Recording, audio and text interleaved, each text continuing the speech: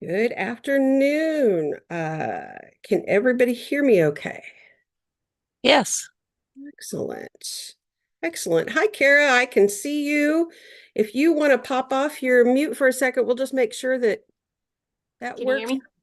Sure can. That way, when the time comes, they can ask away. Excellent. Thank you for joining. Yeah. I think my dean for CTE is going to join as well so that we both can try to help answer questions since she's kind of the one that's met with B&W. So she'll be on in a few minutes too. Perfect.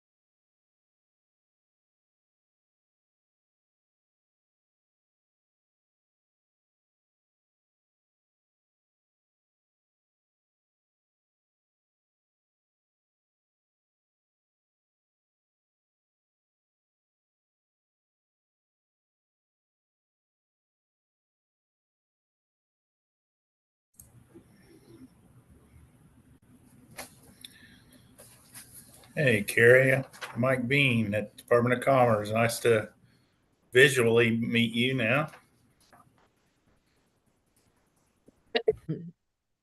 Nice to meet you too, Mike.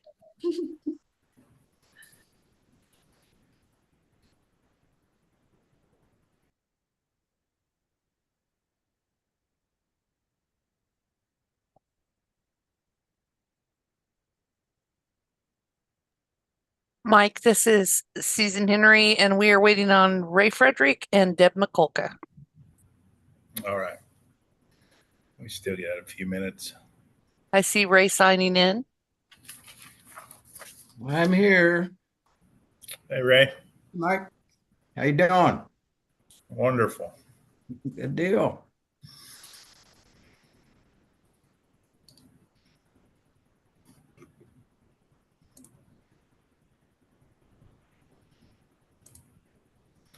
This is my Friday of the week, so hence the smile.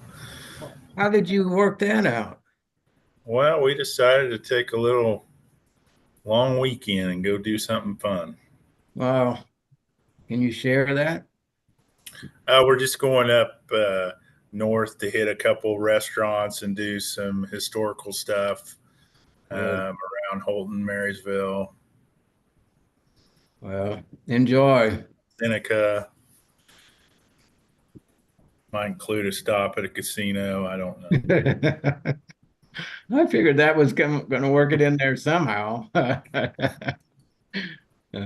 It's a good thing you didn't go last night because you would have been in for some weather up that way. Yeah. Yeah, I mean, we live out west of Topeka or west side of Topeka, and our tornado sirens went off last night. Oh, wow. No kidding. They did up here too. And of course, what does someone do from the Midwest? Go outside, see what's going on. You're right. I did that once in Wichita, and my son said, "You're breaking the tornado rules. Get in the house."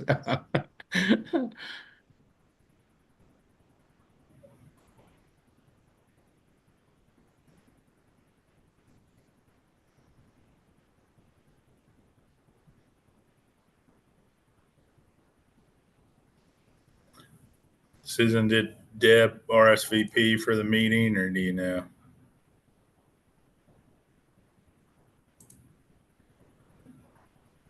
Mike, I talked to Deb I called her in person and visited with her, about some other matters, but it was also about this. And she said that she had planned to Okay. call in. And I let her know that the quorum determination depended on her calling in.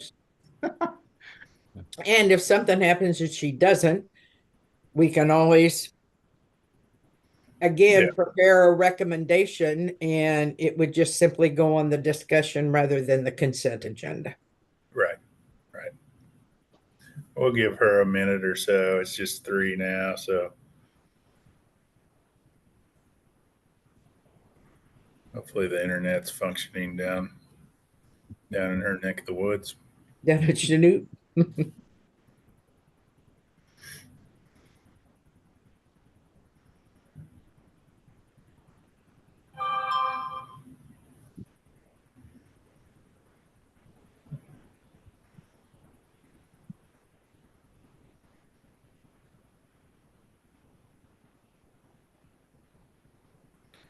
Ray, while we're waiting, I'll tell you a story. You'll appreciate this. We had a plumber come out to the house to give us some bids on some renovation and stuff. And so he's a young man, 23, I think, newly married, just finishing up his apprenticeship program, and says it's the best decision he ever made. No kidding. Well, that's good to hear. Yeah.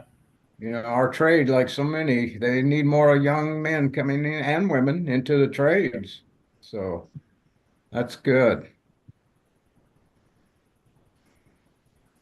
Well, it can be a good career, no doubt. Yeah. Based on the bid. Yeah. Understand. Our goal was always never be the lowest. So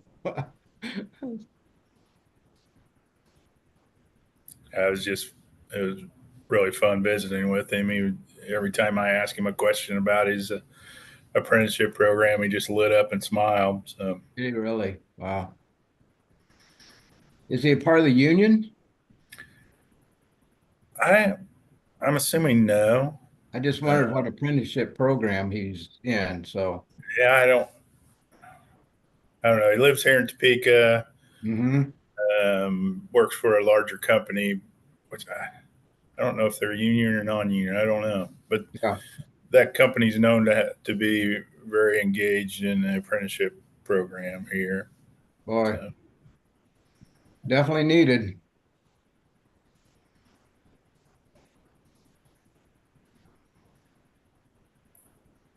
well, Charmin, in the interest of time, Ray and I are going to make a lot of solid decisions today, and hopefully Deb can join in as we go through this. Um, trying to Mike, figure this is Susan Henry. Deborah Mikulka is connecting right now. All right, celebrity.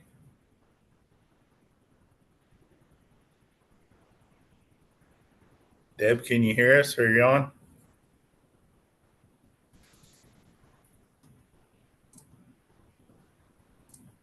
It is still saying connecting with audio, so there's some ellipses there. It says she just All connected. right.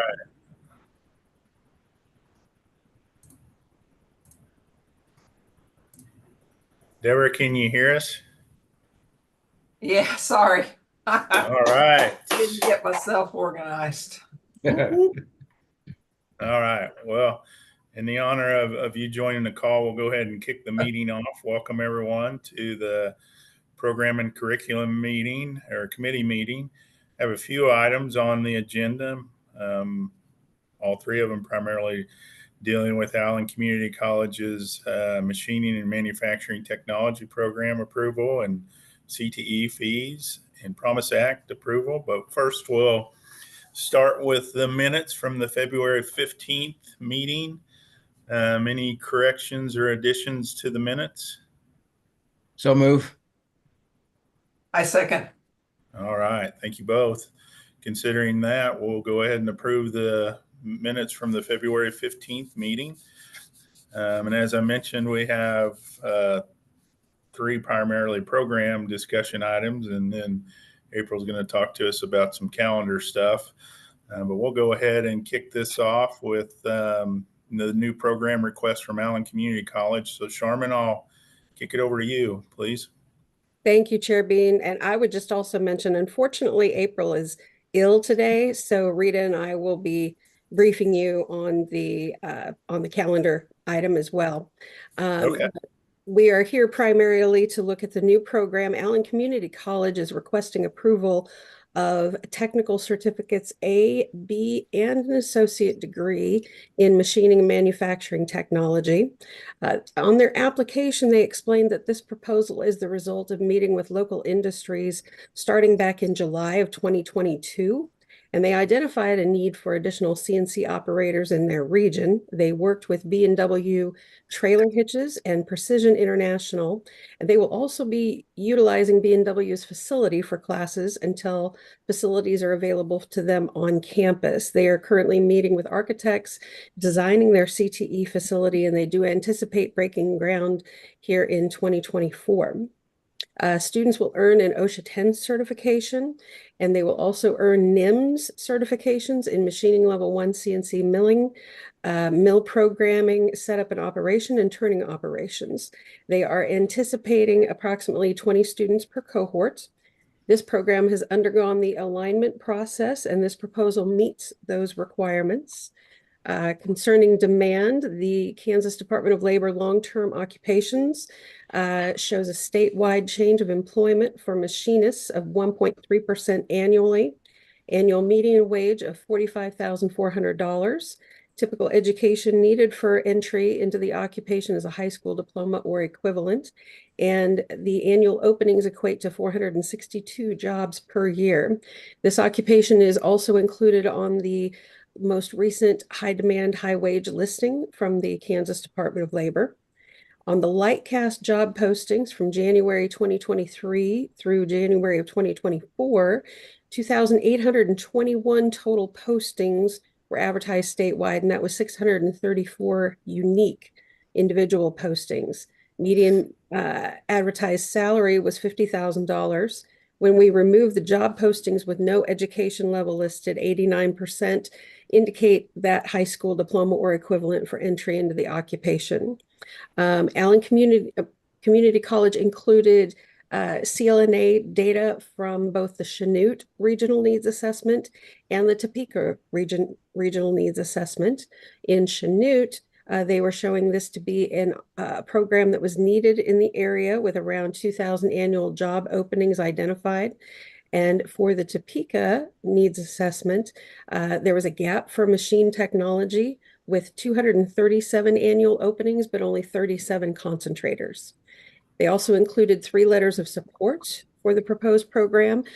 Supports and commitments included interviewing the program graduates, providing training facilities, assisting with curriculum, providing internships, and the Humboldt USD 258 also provided a letter of support. We have 8 institutions currently offering a similar program based on zip code, and that data for academic year 2022 KTIP is in your packet. Concerning collaboration, ACC reached out to Seward Community College and to Coffeyville Community College to collaborate regarding job descriptions for faculty. And as this program curriculum is state aligned, they hope to connect their coordinator once hired with other programs across the state to ensure further collaboration on curriculum, equipment, and so forth. They plan to begin the proposed program in the fall of 2024, estimating an initial startup cost of $100,000 total. This includes $85,000 for new full-time faculty, and then $15,000 for instructional supplies, tools, and technology. The funding will be provided from the institutional budget, and Kara Wheeler, the Vice President for Academic Affairs, will assume responsibility for the program. This program was also subject to the 10-day comment period, during which we received no comments. I do know that Vice President Wheeler is on the line, as well as a couple of other folks from Allen Community College, and we'd stand for questions. Thank you, Sharman, and thank you, Kara, for joining. I know this has been a dream of Mr. Worse at B&W for several years, so I appreciate you helping to fulfill his dream, but also fulfill a need in the area. And I'll turn it over to you and your team if you want to add any additional content to what Sharman mentioned. Sharman did a great job of covering all of that information. I would say we're just really excited to kind of provide this opportunity here in Southeast Kansas and like into our northern service area as we're able to kind of grow and expand the program. But I do have both of my deans on the call as well. Melanie Wallace, who was a part of the initial development of the program before I was hired. And then Lisa Wyckoff, who has been meeting with B&W even as much as this week, as they're already building facilities for us to house this program at their facility for this upcoming school year. So any questions you have, the 3 of us are ready to answer. All right. Thank you, Kara. Ray or Deborah, any questions for Sharman or the team from Allen Community College?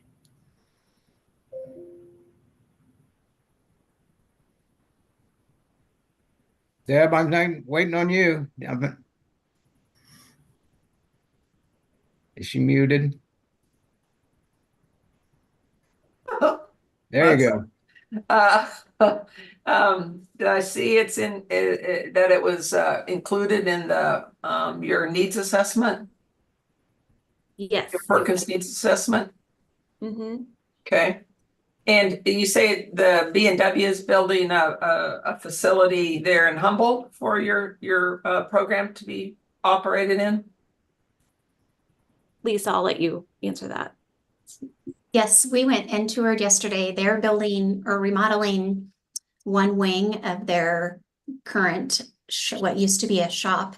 And so we went in yesterday and looked at space that they said we could have for a dedicated lab space, machine shop space, and then the dedicated classroom.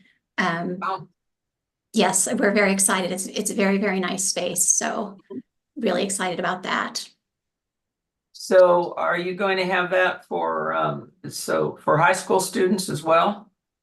That is the plan for the fall. It will be the first 2 hours a day for high school students who can come in for that part of the program with our adult enrollment. We anticipate doing that later in the day at this point. So if you work with Iola USD, that the students would be transported or something during that time period if they're from Iola, or are you just looking at Humboldt students or?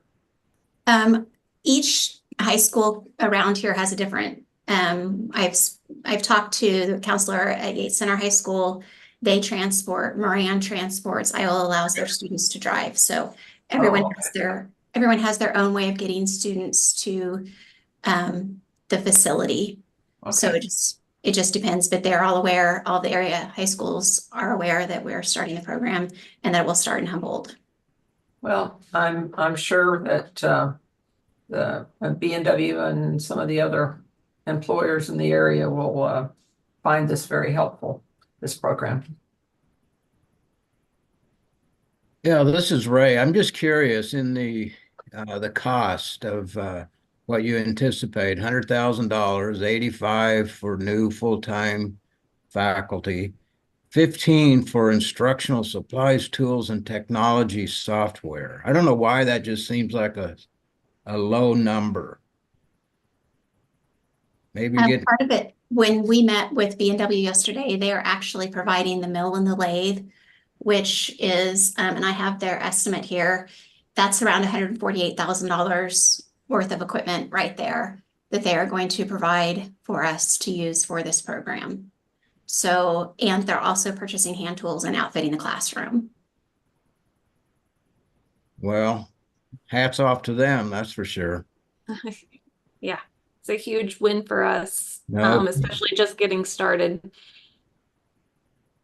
And yesterday, Beth Barlow, who is Joe Work's daughter, she is very excited about this program. This is the first program that she's been able to start herself that works with high school students specifically. So they are very excited about making this happen and willing to work with us in whatever ways that we need in order for it to be successful.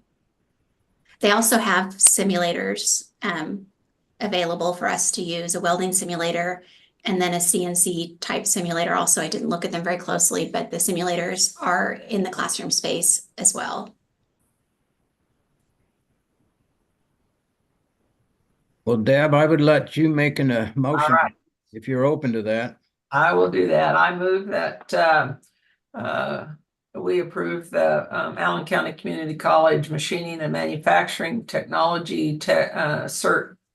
Looks like you have the technical certificate A and B and the associate's degree, and to bring this forward to the TEA meeting at the end of the month. Would that be on the consent agenda? Yes, thank you. Okay. Thank you, Ray. I could read your mind, Mike. I will second that. Thank you. All right. I think we're all in favor of that, so we'll consider that program approved. Congratulations, Kara and team, on all the great work that you've done with the Works family and also the B&W and the other employers in the area. So nice job. Thank you. Item B, Sharman. Yes, sir. On the Promise Act, this occupation falls under advanced manufacturing and building trades, which is specified in the legislation. This occupation is also a high demand, high wage occupation, so it meets the criteria for the Promise Act. I'll consider a motion in a second to approve the machining and manufacturing technology program for the Promise Act. So And moved. placing on the consent agenda, Deb. Yep. So Second. moved. All right. I think we're all in favor of that. So we'll consider that approved. Item C, Sharman, Excel and CTE fees. Yes, For this- sir. Community College has submitted a total fee package of $85. That includes $50 for work boots and $35 for OSHA 10. And then additionally in your packet, you will also see the fees for the similar programs for your comparison. The fees for the same program in other institutions range from a total of $125 up to over $1,000.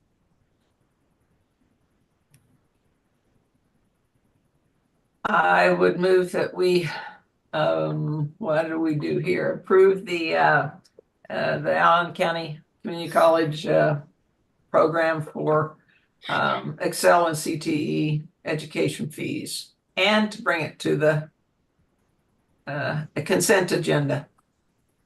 Second. Well, thank you, Ray and Deborah. Thanks for making the motion. We'll consider that approved. And I want to also issue my thanks to Allen Community College for keeping the fees low. That is very, very nice. I think everyone knows how I feel about that. So, all right, congratulations, Kara. We're through item A through C. Thanks to all your work there. Item D, Charmin or Rita, we'll let you pinch hit for April on the calendar. Sure. So what you're seeing is as a preview of the proposed calendar for next year. What we do each year is we start with the board anticipated calendar for their meetings, and then we work backwards to set up a meeting schedule for the TEA, and then for the program and curriculum committee, as well as budget finance and advocacy and marketing. This is going to be brought to the full TEA for review, but this is sort of an initial look to see how that works with your own schedule, if we have any questions or concerns. The other piece of this that is specifically pertinent to this committee, we also use that same initial calendar working backward from each one of the KBOR meetings to determine the TEA meeting, then this particular committee meeting, and then how long we need prior to that to send out for the 10-day program alert, and therefore the day that we need proposals from the institutions in order to make all of that flow throughout the year. So this is also posted once finally approved. This is also posted out on the KBOR website for the institutions to use, along with all of their forms for new programs as well. But like I said, this is a sort of an initial look for you to see what questions and concerns we might have. And then I believe it will also be on the next TEA meeting. And then I think the TEA maybe finally votes in May, but the schedule is sort of pending every year until we get the final schedule from the Board of Regents, which I believe they approve in their July retreat. And Rita, I've done a lot of babbling. What else? Nope, you did very good job. This is, like I said, this is kind of a preview. And if there's anything you want to, you think might need to be changed or might cause a conflict with your own schedules, we wanted to give you some lead time to kind of think about it. And I know for one thing is the subcommittees have met at the same times on this, since the beginning. And if those times are still fine, that's good. If there's any changes that anyone would like to make, we would also entertain those. I don't know how Deb and Ray feel, but the Thursdays seem to work well. Yes. Yeah, 3 o'clock. And if 3 o'clock works, that's fine. Mm-hmm. Yeah. Yep, that works. We don't need to take any action on that, Rita, do we? No. Actually, it's just a piece for you to think on.